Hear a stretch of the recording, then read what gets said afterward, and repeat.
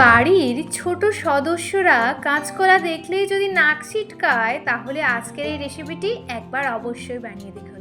Hello friends, আমি সুজি। কারণ আজ কাঁচকলার এমন একটা অসাধারণ পদ বানাবো যেটা দেখলে শুধু বাচ্চারা নয়, বাড়ির বড়রাও খেতে চাইবে।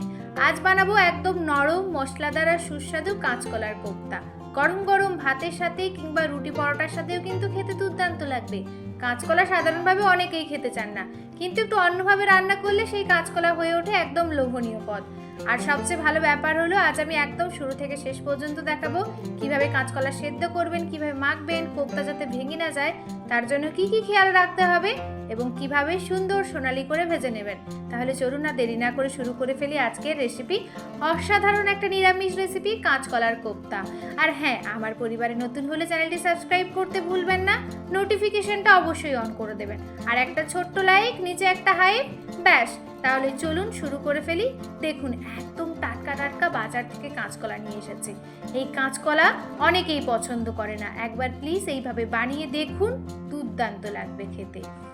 কাঁচকলার কোপ্তা বানাতে এতগুলো কাঁচকলা লাগবে না, মোটামুটি 4টে মতো কাঁচকলা আমি নিয়ে নিয়েছি আর একটা বড় সাইজের আলু, ব্যাস তাতেই হবে। গোটা অবস্থাতেও প্রেসার কুকারে সেদ্ধ করতে পারেন, কিন্তু আমি একটু মুখগুলো কেটে নিচ্ছি। তো পুরো খোসা ছাড়ানোর দরকার নেই, খোসা থাকা অবস্থাতেই কাঁচকলাগুলোকে সেদ্ধ করতে হবে। কাঁচকলাটাকে একটু কেটে নিচ্ছি, মুখের দিকটা আর পেছনের দিকটা ভালো করে ছুরির সাহায্যে কেটে নিলাম একে একে করে।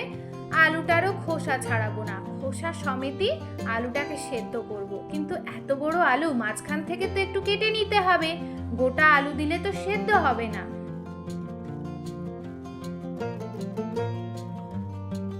দেখুন, এখানে আমি একটা বড় সাইজের আলু মাঝখান থেকে কেটে নিয়েছি, খোসাটা থাকছে। এবার একটা প্রেসার কুকার নিয়ে নিলাম, তার মধ্যে পরিমাণ মতো জল দিয়ে সেদ্ধ করে নেব। কাঁচকলা বেশি গলে যাওয়া পর্যন্ত সেদ্ধ করার দরকার নেই, এমনভাবে সেদ্ধ করবেন যাতে সহজে মাখা যায়, কিন্তু একেবারে জলের মতো নরম হয়ে না যায়। দেখুন, কাঁচকলাগুলো সেদ্ধ হয়ে গেছে। একটু ঠান্ডা হয়ে গেলে তারপরেই কিন্তু খোসাটা ছাড়াবেন। গরম গরম অবস্থায় একটু অসুবিধা হবে খোসা ছাড়াতে। হালকা মতো ঠান্ডা হয়ে গেলে একে একে কাঁচকলার খোসাগুলো আমি ছাড়িয়ে নেব। আর একটা কথা বলি, কাঁচকলা সেদ্ধ করার পর যদি ভেতরে অতিরিক্ত জল থাকে তাহলে কিন্তু জলটাকে চিপে ঝরিয়ে নেবেন, কারণ কোপ্তার মিশ্রণ যতটা শুকনো থাকবে কোপ্তা তৈরি করতে ততটা সহজ হবে। ভাজার সময় ভেঙে যাওয়ারও সম্ভাবনা কিন্তু কম। দেখুন, কাঁচকলার খোসাগুলো ছাড়ানো হয়ে গেছে, আলুর খোসাগুলোও আমি ছাড়িয়ে নিয়েছি। এবার একটা ম্যাশারের সাহায্যে ম্যাশ করে নেব। ভালো করে আলু আর কাঁচকলাগুলোকে ম্যাশ করে নিচ্ছি। দেখুন, এর মধ্যে বেসিক কিছু রেগুলার মশলা দিয়ে দেব। তার মধ্যে দিলাম স্বাদ মতো লবণ। এই কোপ্তা বানানোর সময় লবণটা অবশ্যই স্বাদ বুঝে দেবেন, একটু যদি এদিক ওদিক হয়ে যায় খেতে কিন্তু ভালো লাগবে না। এবার দিয়ে দিলাম 1 চামচ মতো জিরে গুঁড়ো, আর দিয়ে দিলাম 1 চামচ গরম মশলা গুঁড়ো। আপনারা চাইলে এখানে 1 চামচ ধনে গুঁড়ো যোগ করতে পারেন, আমি এখানে একদম ধনে পাতা যোগ করেছি। এবার কালারের জন্য দিয়ে দিলাম 1 চিমটে হলুদ, আর দেব একটা আদা আর একটা কাঁচা লঙ্কা থেতো করে রাখা। টেস্টটাকে ব্যালেন্স করার জন্য দিয়ে দিলাম 1 চামচ চিনি। একদম শেষে এটাকে ভালো করে বাইন্ডিং এর জন্য দিলাম 2 চামচ মতো চালের গুঁড়ো। আপনারা চাইলে এখানে 1 চামচ মতো বেসনও দিতে পারেন। একদম শেষে দিয়ে দিলাম একদম টাটকা ধনে পাতা কুচি। ব্যাস, এবার হাত দিয়ে ভালো করে মাখিয়ে নেব। মাখিয়ে নেবার পরে শেষে দেব 1 চামচ নারকেল গুঁড়ো। নারকেল গুঁড়ো বা কোরানো নারকেল অবশ্যই দেবেন, খেতে কিন্তু সত্যি দুর্দান্ত লাগবে। ভালো করে হাত দিয়ে মাখিয়ে নিতে হবে। মাখানোর সময় কিন্তু একটু জল দেওয়ার প্রয়োজন। হাত দিয়ে ভালো করে মেখে এমন একটা মিশ্রণ তৈরি করতে হবে যেটা হাতে নিলে সহজে গোল করা যায়। মিশ্রণটি যদি একটু নরম মনে হয় তাহলে কিন্তু এখানে বেসন দিতেই পারেন, বেসনটাকে ভেজে এখানে যোগ করতে পারেন। বেশি বেসন দিলে কোপ্তাও আবার শক্ত হয়ে যায়। দেখুন, সুন্দর করে মাখানো হয়ে গেছে আলু আর কাঁচকলা। একদম শেষে দিয়ে দিলাম 1 চামচ কি 2 চামচের মতো নারকেল গুঁড়ো। বাজারেই কিনতে পাওয়া যায় নারকেল গুঁড়ো, বাজারে গেলেই পেয়ে যাবেন। দেখুন কত সুন্দরভাবে গোল হয়ে গেছে। আপনারা যে যেমন কোপ্তার শেপ দিতে চান সেইভাবে দিতে পারেন, কিন্তু কোপ্তা তো গোল হয়। এইভাবে গোল করে হাত দিয়ে একটু চেপে দেবো কোপ্তাগুলোকে। ব্যাস, কোপ্তাগুলো এইভাবে একে একে করে রেডি করে নেব।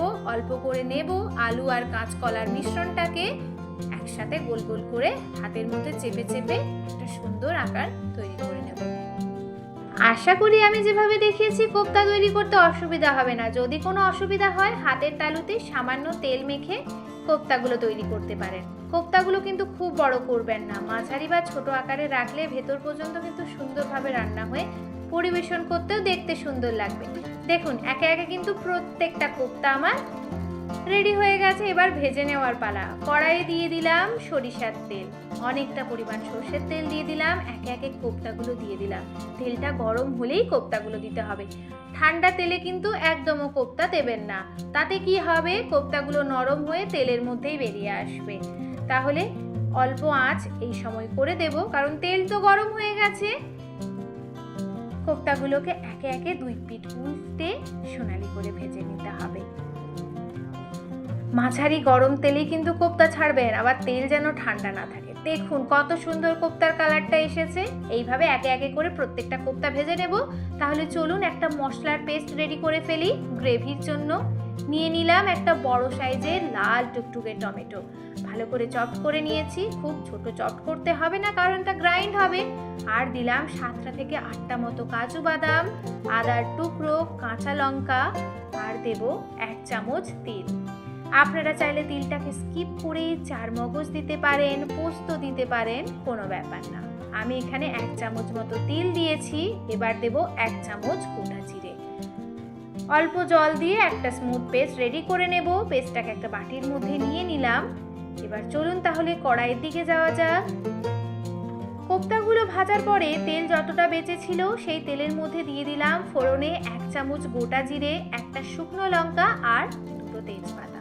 ফোড়নটা থেকে সুন্দর করে একটা গন্ধ চলে এলে, সুন্দর দেখে ভাজা হয়ে গেলে দিয়ে দেব বেটে রাখা মশলাটা। মশলাটা কষতে কষতে যখন তেল ছাড়বে তখন দিয়ে দেব স্বাদ মতো লবণ, আর এই দুটো তো কম্পালসারি দিতেই হবে। লবণ আর হলুদ ছাড়া কি রান্না ভালো লাগে বলো? এবার দিয়ে দিলাম বেসিক কিছু রেগুলার মশলা, জিরে গুঁড়ো, ধনে গুঁড়ো আর গরম মশলা গুঁড়ো। এই 3টে মশলা তো মাস্ট দিতেই হবে। এবার মশলাটাকে ভালো করে কষিয়ে নিতে হবে। যতক্ষণ না তেল ছাড়ে ততক্ষণ কিন্তু কষাতে থাকতেই হবে, গ্যাসের আঁচটা কমিয়ে দিয়ে। এরপরে দেব একটু সেদ্ধ করে রাখা আলু, আমি সরিয়ে রেখেছিলাম এই গ্রেভির সাথে দেওয়ার জন্য। আলুটাকে হাত দিয়ে একটু অল্প ম্যাশ করে নিয়েছি। এবার সেদ্ধ করে রাখা আলুটাও দিয়ে দিলাম এখানে। ব্যাস, আলু দিয়ে গ্রেভির সাথে ভালো করে মাখিয়ে নেব। সেদ্ধ করে রাখা আলু দেওয়ার পরে মশলার সাথে ভালো করে কষিয়ে নিতে হবে। এবার পরিমাণ মতো জল যোগ করতে হবে। কোপ্তার গ্রেভি খুব ঘন হয়, মাখা মাখা হয়, তাই জলটা একটু বুঝে যোগ করবেন। এবার ভেজে রাখা কাঁচকলার বড়াগুলো একে একে দিয়ে দিলাম। কাঁচকলার বড়া দেওয়ার পরে খুব বেশি নাড়াচাড়া করার দরকার নেই। কোপ্তা দেওয়ার পরে খুব বেশি নাড়াচাড়া করলে ভেঙে যাওয়ার সম্ভাবনা থাকে। এবার ঢাকনা দিয়ে একদম কম আঁচে কয়েক মিনিট রান্না হতে দেবেন। এতে গ্রেভির মশলাগুলো কোপ্তার ভেতর পর্যন্ত সুন্দরভাবে ঢুকে যাবে। কিছুক্ষণ পর ঢাকনা খুলে দেখুন কোপ্তাগুলো কত সুন্দরভাবে গ্রেভির সঙ্গে মিশে গেছে। দেখুন কি সুন্দর টেম্পটিং লাগছে না? একদম শেষে 1 চামচ ঘি আর গরম মশলা দিয়ে পরিবেশন করতে হবে। এবার আমি একটা প্লেট নিয়ে নিলাম। তার মধ্যে আমি একে একে একটা একটা করে কোপ্তা আর গ্রেভি সার্ভ করে দেব। 1 চামচ ঘি দিয়ে ওপর থেকে গরম মশলা দিয়ে পরিবেশন করতে হবে। গরম গরম ভাতের সাথে, রুটি, পরোটার সাথে খেতে কিন্তু অসাধারণ লাগবে। একবার এইভাবে বানিয়েও বাচ্চারা যদি খেতে না চায় তারাও কিন্তু খেয়ে নেবে। আচ্ছা, রেসিপিটা খুবই সহজ পদ্ধতিতে আমি কিন্তু দেখিয়েছি। কেমন লাগলো অবশ্যই কমেন্টে জানাতে ভুলো না। বিশেষ করে বাড়ির বাচ্চারা যদি কাঁচকলা খেতে না চায় তাহলে একবার এইভাবে কোপ্তা বানিয়ে খাইয়ে দেখুন। আশা করি প্লেটে একটাও কোপ্তা পড়ে থাকবে না। রেসিপিটি ভালো লাগলে ভিডিওতে একটা লাইক করে দেবেন আর প্রিয়জনদের সাথে শেয়ার করতে ভুলবেন না। আরও সহজ ও মজার ঘরোয়া রেসিপি পেতে আমার চ্যানেলটি সাবস্ক্রাইব করে পাশে থাকতে ভুলবেন না। আর হ্যাঁ, লাইক করতে ভুলে গেলে একটা লাইক করে দেবেন, আর নিচে একটা হাইপ বাটন আছে, হাইপ করে দেবেন। আবারও নতুন কোনো সুস্বাদু রেসিপি নিয়ে দেখা হচ্ছে। আজকের মতো আসি, টাটা।